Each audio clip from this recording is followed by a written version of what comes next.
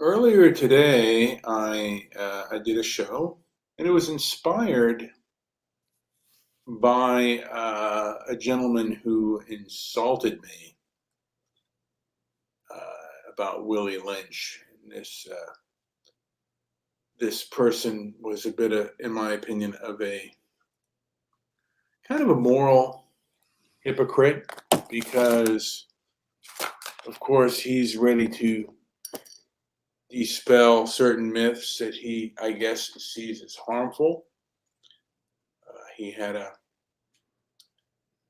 because the guy also has a YouTube channel. He's not on there, but he plays certain things that he finds important. And he had on there a clip about somebody, I think, was complaining about uh, the Robert E. Lee statue and how he was a very cruel slave owner and not a good person and not something that we should that a good noble country should admire. And the guy who did it was extraordinarily vindictive and just filled with vindictive hate and vengeance. And she caused a woman to walk out. But I make a comment about the Willie Lynch thing being a myth, and the guy basically ends up saying that that I could only get a date with a goat. No female would ever want to date me. And it's like, really, you're gonna go there, and not about the comment of Willie Lynch, but about the fact that he thinks I'm very unattractive to females, and yeah, so I did. Hogwash. Yeah. Well, I mean, I don't care one way or the other. I mean, he just said, "Are you lonely much?" And this guy, he goes by the name Email, and he loves putting conservatives on blast and uh, Trump tears of Trump. Because people do have liberal tears, and yeah, I mean, again, it's That's totally a tactic of I've seen in my experience. It's been a tactic of the left in a big way.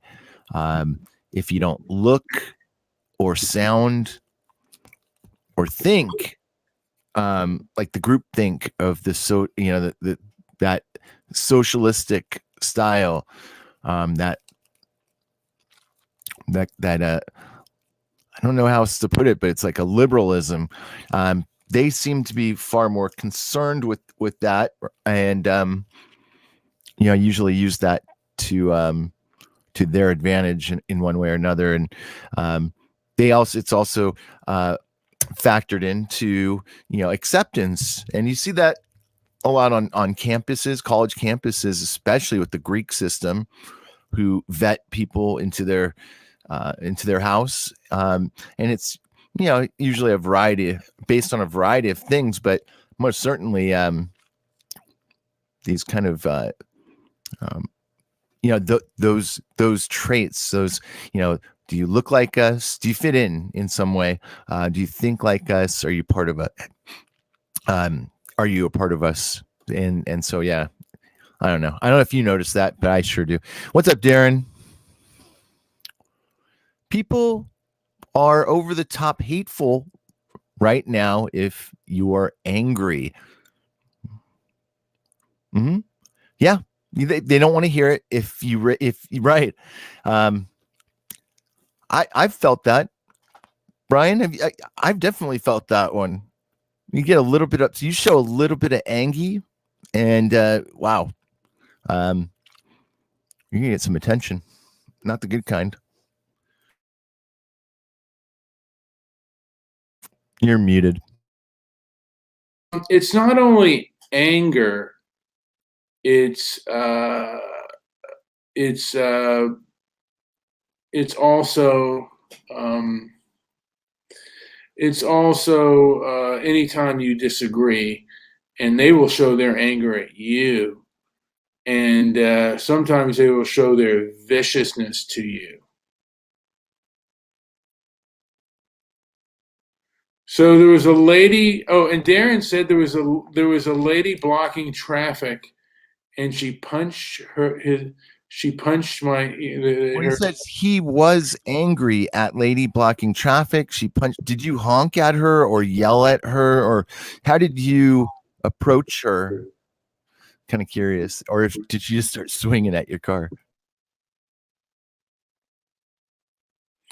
Yeah, I mean, again, that is true. People can't lose their cool and lose their breath. I mean, some of these people are absurd, and right now they're in power, and they want you to have a moral standard while they're absolved of any form of moral responsibility, and that's the way it is as of now. And you're in a fight with a much bigger, much stronger opponent at this time, and you gotta kind of dance around the ring because if you go toe to toe, you're going to lose. You know, I thought of something. Human beings either fight or they flee, and that's true with groups as well. Uh, the is you know the Jews, they're known to either fight or flee, and a lot of times they've had to flee. I almost wanted to think of a new group called the New Israelites because we're in a system right now where we can either fight or we can flee. Uh, and when the powers that be are against you and it's so overwhelming, sometimes fleeing is the best option than fighting. Because right now, I mean, if you defend yourself, you'll be the one going to jail. And sometimes the person or the people can defeat you. The numbers are there, or the person you're fighting is far, is far tougher. And you're not going to win this confrontation. So sometimes it is smarter to flee than it is to stay and fight.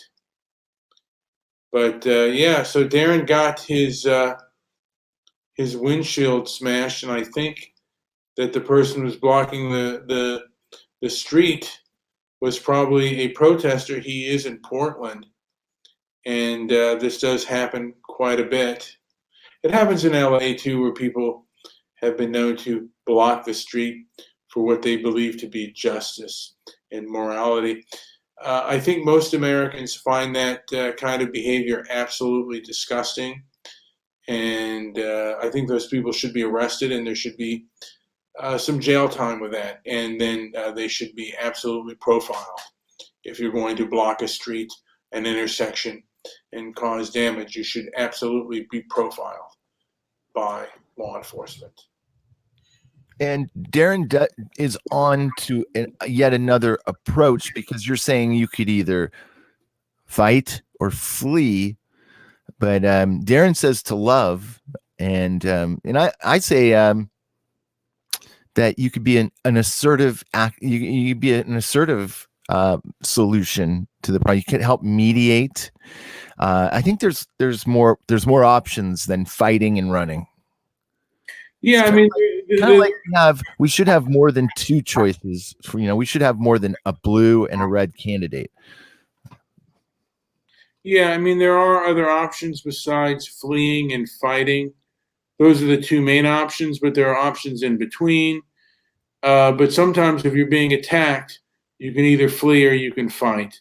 And sometimes it's best to flee instead of engaging in the conversation. If the person is not interested in engagement, it's best to stop that engagement. I've also been thinking a lot about how you strive for stoicism, and I'm not a stoic. I always try, to have that kind of in the back of my mind somewhere where, I don't want to just completely go off the handle. If I'm trying to explain something, I want to have a level of respect and courage to slow myself down and really consider what I'm about to say.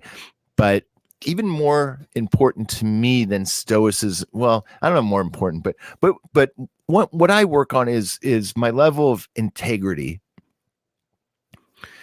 which is in its the best definition is a state of being complete or whole, and it's putting all the pieces together. It's putting Humpty back together with Dumpty, and it's and the quality of being honest and fair. Those are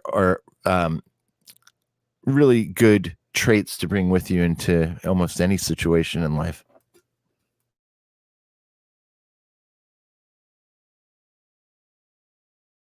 To the master of rope that I fight with people on Twitter. I have disagreements with people on Twitter, and maybe I should stop doing that. I don't know. I feel like people are not very diplomatic, and it's kind of a waste of time to argue with most people on these social media platforms. A lot of them are not interested in hearing anything you have to say. And yeah, I mean, again, uh, Biden was with Jared working on Abraham and Ross. I don't know what that even means. I think that was well, there was a song called Abraham and John, but I'm not sure. Like, I'm not sure what Darren's talking about. Biden was with Jared working on Abraham A. Ross. Is Jared? I don't know what you mean. Anyways, Abraham. It's okay. Yeah. Okay, but yeah. Oh, well, okay. I'm not sure what that means. I I'm might not sure either. I have no idea. I might figure that out later on. And Darren is working on love. That's what I think we're competing with here. So Darren wants to approach a situation with love. I don't know if I think that is intelligent. I'm more of a Hebrew on that level. I believe in an eye for an eye. Uh, and I believe that you either, look, I mean, again, I can say on average, I believe you either um, fight or you flee your enemies. A lot of times you can try to negotiate with them. I mean, there are times to negotiate, but what do you do when diplomacy has failed?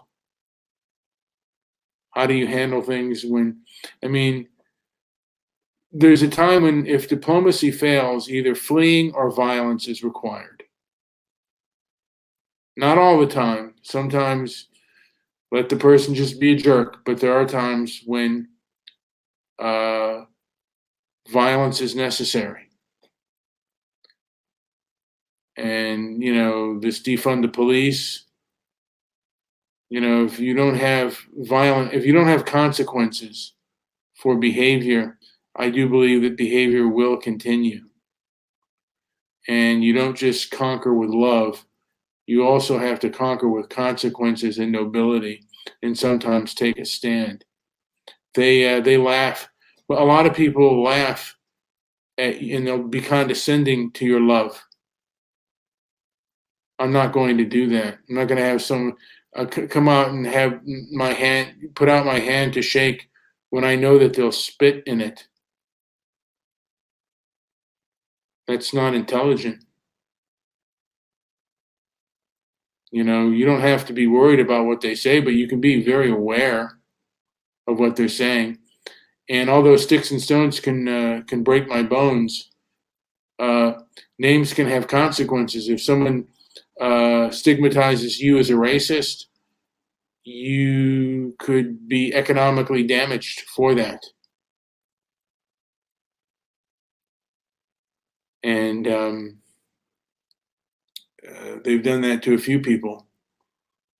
And again, it's a one-way street. And one group holds another group to high moral standards, and all other groups are absolved of moral standards. Well, and Master of Rope says only a fool fight with love.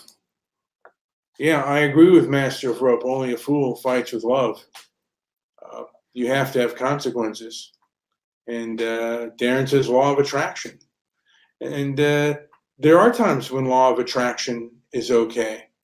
And you can feel the person's presence. And you come with a diplomatic side. You don't get angry. I think the best approach is you don't have anger. You don't come with anger or fear. You just come the way it is, and you speak hard truths, but you don't do it in an angry way. It's just people can handle hard truths, and you don't have to skirt around it if you're not angry.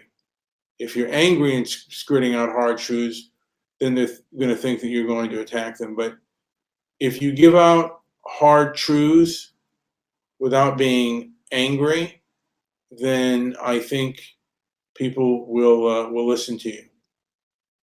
And yeah, so Joe, do you have any comment on that?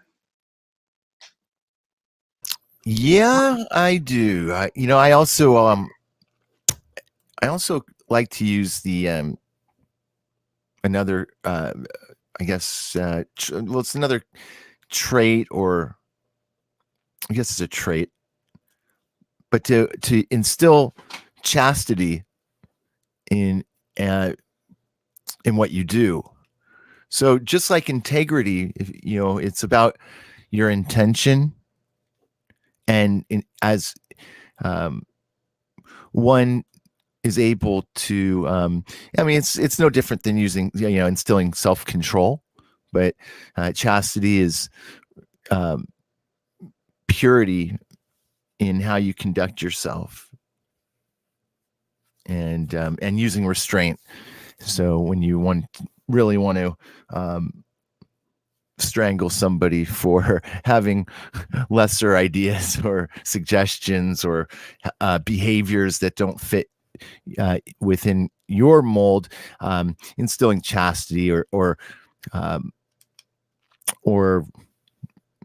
showing a good level of integrity in your actions is it's another lifelong practice.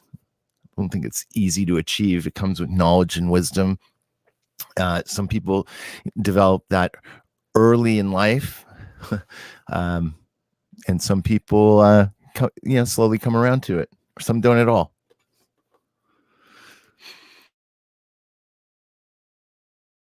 Yeah, I mean, again, I strive for integrity, but like I said, right now I'm tired, and sometimes my medical health is That's not. because you're not talking about stuff you like. You're talking about stuff you hate all the time. I'd be tired too if I was talking about stuff I hate. Well,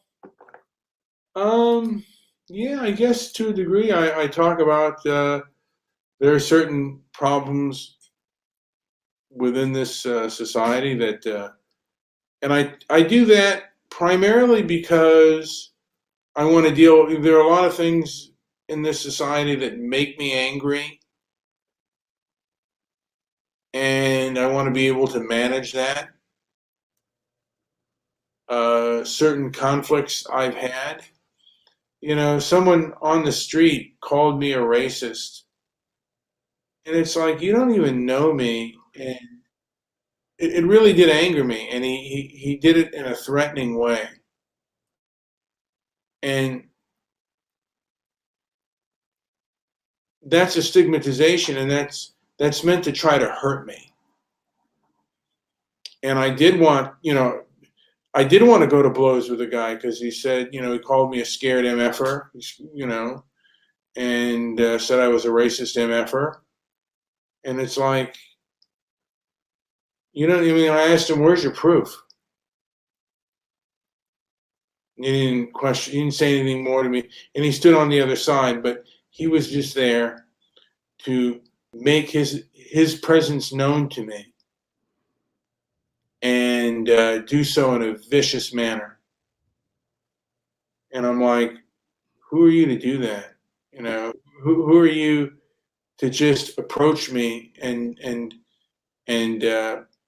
you know, just basically assault, you know, to a degree, it's an assault upon your central nervous system to go and do that. Assault and an assault upon your psyche to go and do that. Because when you called me scared, that means that you might do something physically to do me harm. And I took, you know, I wanted to approach him and I wanted to go to blows with the guy. You know, unfortunately, you know, that is illegal. But I had the urge to, you know, just go out and just really, you know, and how did I? Yeah, I did not provoke him, and you provoke people too, Master of Rope. You will you often say, you know, Tim Pool or this or that, and again, I think what Tim Pool says is relevant. Joe doesn't. No, he's irrelevant. But again, that's no reason, in my opinion, for Master of Rope to approach me the way he does. You know, it's there's no reason for it, for him to be as hostile to me as he's been. You know, it's just I'm just expressing an opinion. Why do you care so much to Well, approach? that's what you have to wait for. You have to wait for the opinion and ignore the rest, right? That's what a Stoic would do, and address only I mean, the relevance. well, I mean, yeah, I mean, again, and maybe his opinion is true of me, but why? I wonder why he would do that. He says, "I do provoke, but I'm not a provocateur." Um, you do try to provoke me, and like at times, there are times when I will go into Discord, and you know, he'll lap on to be vicious to me, and I don't know why. You know, it's like he makes it on. There are times when he can make it rather unpleasant, and he does that. Well, you know what? If the content of the support that Master of Rope brings was more serious, then the rest of it would actually be more relevant. But since it's kind of obviously just to kind of rustle jimmies, then yeah, for me it's kind of, you know, it's easy to navigate that. But when somebody comes with some, you know, Darren's got a lot of one liners now, by the way. Nice job, Darren. I Yeah, when somebody comes at me with facts, that's when I really have to get serious about what I present and how I go about. But yeah, that's one of those things. Well, again, I kind of feel like, you know, and again, it's not really water off my, you know, it's like water off a duck's back to a degree, but I am a human being, and some, you know, like the one time it just it kind of, it kind of slipped the rug from under me, and I feel like Master of Rope isn't about fair play. He believes, you know, part of me thinks he does believe what he believes, and his belief in his ideology, and that the guy doesn't believe in fair play. That's what I believe about him, and I could be wrong, but that's what I observe. I don't know if there's a comment to that, but that's my belief. Well, that's good. I'm Yeah, no, I'm good with that. Once you figure this out, it will flip 180 degrees. Okay. All right. You know something, I am someone who is willing to change, and I've changed my views over the years. I used to not believe in as much forgiveness and live and let live before my parents died. And then once they did die, I kind of realized the futility of life, and uh, people are human, and I'm not seeing that today in this society. I mean, because we were at one time, going through a forgiveness phase of society and being more charitable, but we're not that way anymore. And if somebody deviates from the norm, they're very unforgiving and very vicious. And I'm seeing a very vicious and very nasty side of society, and it's not really moral, and it denies due process, and it's all about anger and this and that, and that's not the moral society that I want. I want to when you're in a courtroom, or you're in a position where a person's going to be terminated, the person should have due process, and should have a hearing, and there's not that, and that's the problem that I see within society today. The fanatics control everything, and they control what you are to hear and what you're not to hear, and that is a problem for me. Anyway, that's about all I have to say. Joe, do you have anything to say before I end this puppy? Not really. Not really. Be virtuous, instill chastity where you can, and strive for integrity. Chastity doesn't have to be, abstinence from sex. I think that's the most general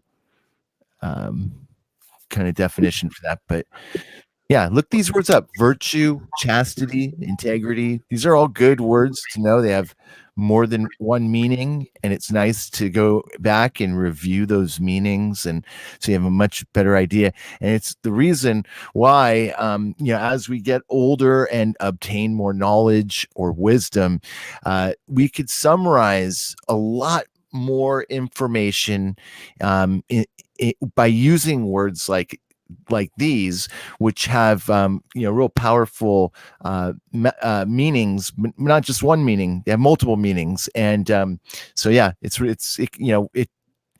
changes the impact of what you're trying to convey. The message that you're showing people shows that you're taking care in improving not only your mental acuity and your vocabulary, but also your ability to share more detailed aspects. I don't know, more detailed information just by the use of simple words. I know at my, in previous jobs I've had, I always said at the outset, like, wow, it's almost like learning a new language, and the more you learn about the specifics of the job, you can get it done quicker by knowing the routine, and just knowing kind of the big picture of things and how to encapsulate it, make it smaller, more compact and efficient. I guess that's kind of the point of, that's what good businesses do anyways. But yeah, anyways, on a personal level, it also works in that same way. So that's it. That's what I got.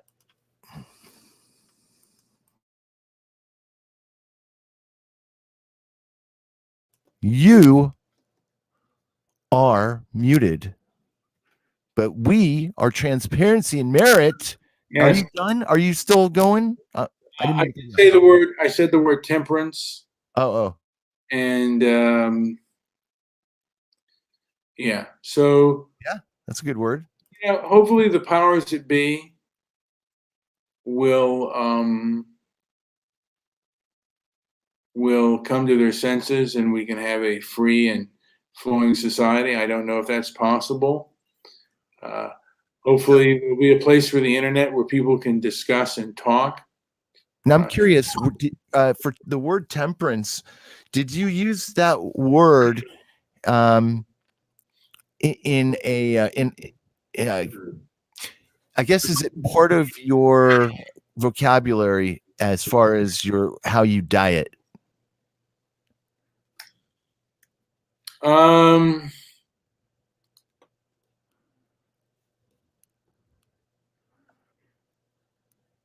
Do you use that word? I mean, when you're thinking about your, dieting, no, but I should. yeah, no, I didn't. Do you know the definition? I'm just curious. It's actually very interesting. Moderation, and action and thought and feeling. So Yes, but look at number two, habitual moderation in the indulgence of the appetites or passions. And then even in number three, moderation in or abstinence from the use of alcoholic beverages. Wow.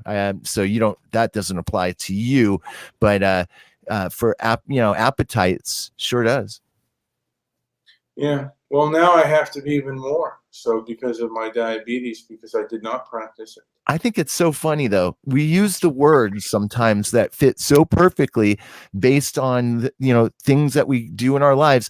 I bet you probably had nothing. You didn't really kind of think of it in the term that as it applies to appetite or food indulgence in that way.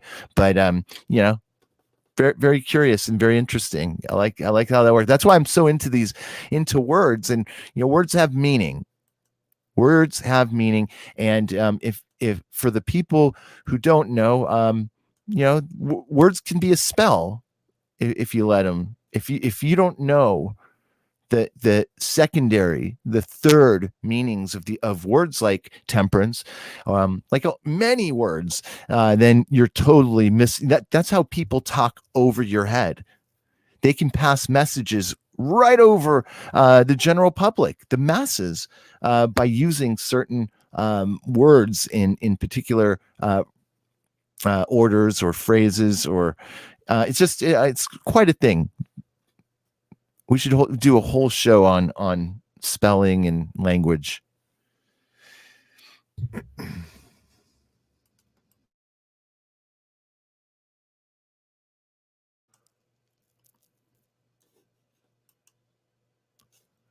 You control the powers that be. Just try it. Uh, you know what, Darren? That's not that is a very interesting concept. There have been times that I've been part of groupthink. I'm not a member of any particular group or anything like that, but I've been part of groups of small groups of people who are trying to achieve certain things, and I've heard we've kind of come up with ideas, and sometimes those ideas suddenly in a very kind of harmonious kind of way, those ideas start to kind of catch fire in the mainstream, and in it's just it's really interesting to see that happen. And you're right. One thing my dad didn't give me a whole lot of great tips in life, but one thing he said when I was young is that life is what you make it, and I think that's kind of what Darren's saying here. Good point. Good point. But sometimes people can make your lives miserable. They can pull out the rug from under you, and how you handle it, that's another thing. I'm certainly not a perfect stoic, and I'm probably a failed stoic at that, because there are things that upset me, and like I said, I'm seeing people who, people in charge used to have temperance, they used to have forgiveness, and they used to have a sense of fair play, and that's not the case anymore. And with that being said, I think I will end the show. Joe, anything to say before we end this? Well, one last thing, and you just got me thinking about who's kind of adjusted to whatever you call this weird place we live in now. It's just technologically advanced compared to some decades ago, but I think a an underrated divide was, and you may or may not remember this, but there were issues back in, I want to say like early 80s, maybe late 70s, but probably early 80s with, and it was things like when, a local library would catch attention because they were doing something incorrectly. They were trying to push certain things through as far as it affected people's privacy.